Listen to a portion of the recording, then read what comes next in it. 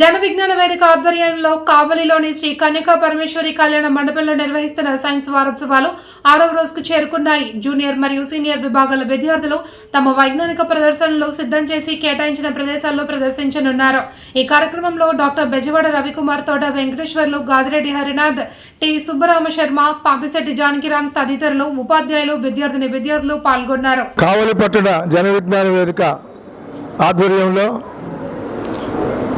జాతీయ సైన్స్ దినోత్సవం ఫిబ్రవరి 28 సందర్భంగా స్కూల్ పిల్లలకి గత 6 రోజులుగా జరుగుతున్న నృత్య పోటీలు, సంగీతం పోటీలు, అలాగే చిత్రలేఖనం, ఎలక్ట్యూషను, ఎస్సే రైటింగు ఇవన్నీ కంప్లీట్ అయ్యి ఈరోజు సైన్స్ ఎగ్జిబిషన్ అనేది ఈరోజు పెట్టున్నాం.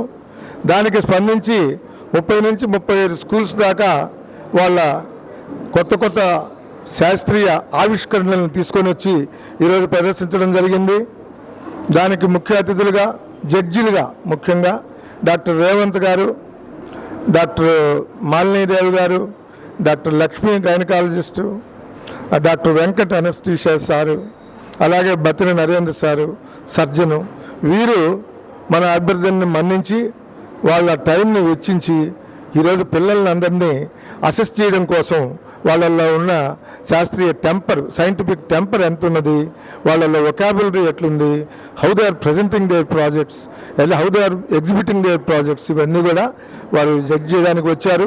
వారందరికీ కూడా జన విజ్ఞాన వేదిక తరఫున విజ్ఞాన అభినందనలు తెలుపుతూ, శాస్త్రీయ ఆవిష్కరణల్ని జన విజ్ఞాన వేదిక ప్రారంభమైంది.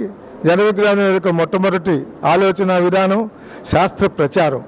జన విజ్ఞాన వేదిక ఒక శాస్త్ర ప్రచార వేదిక. దానికి అనుగుణంగానే ఈరోజు కొత్తగా ఈ పిల్లల్లో శాస్త్రీయ ఆవిష్కరణలను ప్రోత్సహించాలనే ఉద్దేశంతో ప్రతి సంవత్సరం కూడా ఈ టైంలో జరుపుతూ ఉంటాం. ఈసారి కూడా పిల్లలందరూ వచ్చారు.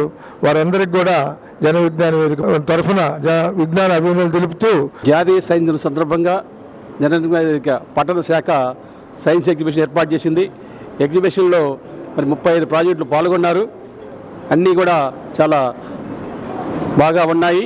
మరి ఇలాంటి కార్యక్రమాలు ఏర్పాటు చేసి విద్యార్థుల్లో ఉండే సృజనాత్మకతను బయటలో జన విజ్ఞాన వేదిక కృషి అభినందనీస్తూ ముగిస్తున్నాం.